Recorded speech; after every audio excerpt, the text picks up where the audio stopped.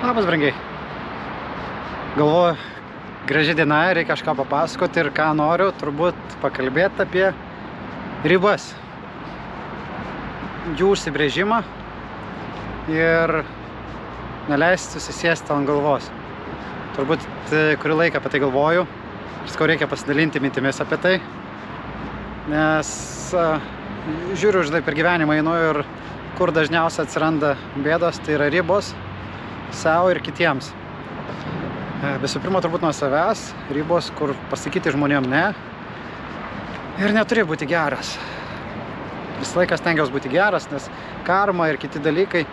Ir žiūriu tai, kuo daugiau stengiausi noriu padėti kitiem, tuo daugiau gaunu per kepurę. To dar vienur kitur, arba pradeda krauti tiek, kad tu darai už dyką savo laiko sveikatos sąskaitą dėl kitų, ko paskui niekam įdomu, kas tau yra, ar tu gali, tu negali.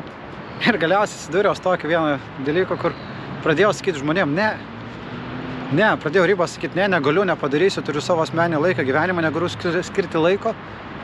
Jūs neįsivaizduojat, kad gaunat, kiek gaunu aš neigiamų, kiek gaunu tokio, kur kaip tu negadarysi, kaip tai gali būti. Tu žinai, tu turi atsakingas, tu čia turi užsiimti, kaip čia dabar, o kas tai gali, tada surask, sakau, palaukit, jeigu pasakiau ne, tai reiškia ne, tai jeigu pasakiau, kad neapsiimsiu, neieškosiu, neturiu laiko, negaliu, nes kai man reikėjo, visi man pasakė ne. Tai toks įdomus gyvenimo paradoksas, tai tiems, kuriems daugiausiai padedi, jie tavo gyvenime atsuko nugarą. Ir mano vienas dar tokių yra potyrių, ypač po pernai metai, mano viso didžiulio nesėkmių, gyvenimiškų įvykių. Žmonės, kur mažiausiai tikėjausi, labiausiai padėjo. Žmonės, kurie atsirado gyvenime netikėtai, tie daugiausiai padėjo ir palaikė. Tie, kurie visą laiką buvo, tie kaip ir buvo, taip ir yra, jiems neįdomu. Ir tu nesi, daug kas pasakė atvirai, kad sorry, kol žinai nesutvarkysi gyvenimo, tol tu niekam neįdomus. Ir panašiai, neatsižvelgiant į visas situacijas, į visą kitą, kas buvo ir kodėl. Toks biškiu, kad čia aukos režimas jungtas, bet kartais reikia ir šito, kad suprastum pats. Svarbiausia yra atsistoti ir judėti ir neužmiršti ribas tiek darbe, tiek visur kitur ir bandyti išsireikalauti. Turbūt šiandienos vienas pavyzdžių, kai sako, pyksti, kad, žinai, pyksti ant manęs, kad nepadarau visko, nors pats sakiau, kad neturiu tiek daug kompetencijų ir šitų,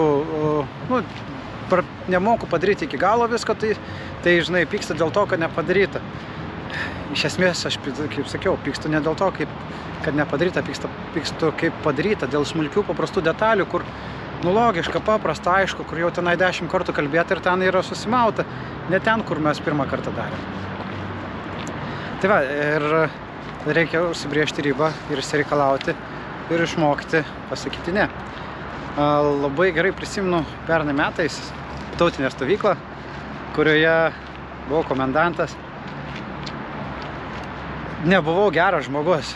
Aš gyvenime turbūt tiek nesikeikiau.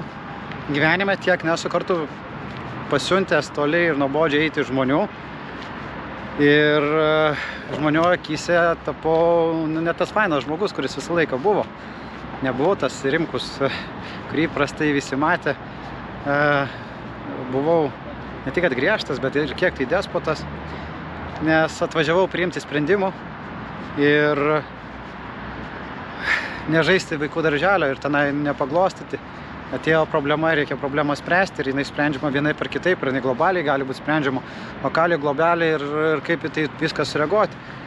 Ir jeigu žmogus nesupranta, kad tu sprendi ir neturi dabar atsakymo, nes reikia minutės, dvi pagalvoti ir išsiaiškinti, kokia situacija visur kitur yra, ir prie tavęs prikimba ir aiškina, ir tu esi įsitempęs, pavargęs, tiesiog nuoširdžiai siunčiau Tiesiog nuoširdžiai, nes kitaip nebuvo galima susikalbėti, nes tavęs negirdi ir nesupranta, kad tu sakai reikia laiko, nes reikia priimti sprendimą, kad priimti sprendimą vieną ar kitą negali mesti visko ir bėgti.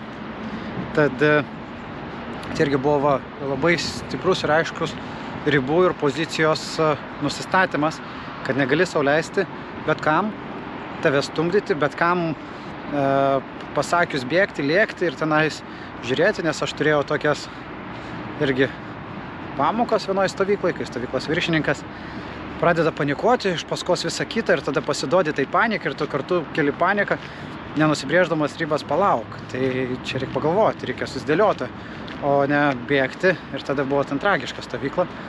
Ir dėja, tad visą tą patirtį irgi bandau pritaikyti ir gyvenimą ir pasakyti žmonėm, ne, negaliu, nenoriu, turiu savo asmeninius reikalus ir skirti laiko reikia savo ir kitiem. Tai va, ribos, kurios brėžiamės, ribos, kurios mes nusistatome, mums turbūt reikės taikyti labai aiškiai nusibrėžti, iki kiek galima užsileisti, iki kiek galima leisti kitiem, kad iš tavęs reikalautų ar kažko norėtų. Tai toks turbūt šios dienos pamąstymas. Kaip jum sekasi ribų nusistatymui? Ar dažnai susidurėt su to, kad žmonės iš jūsų reikalauja ir nori daug daugiau? Tad tiek turbūt. Iki kitą kartą.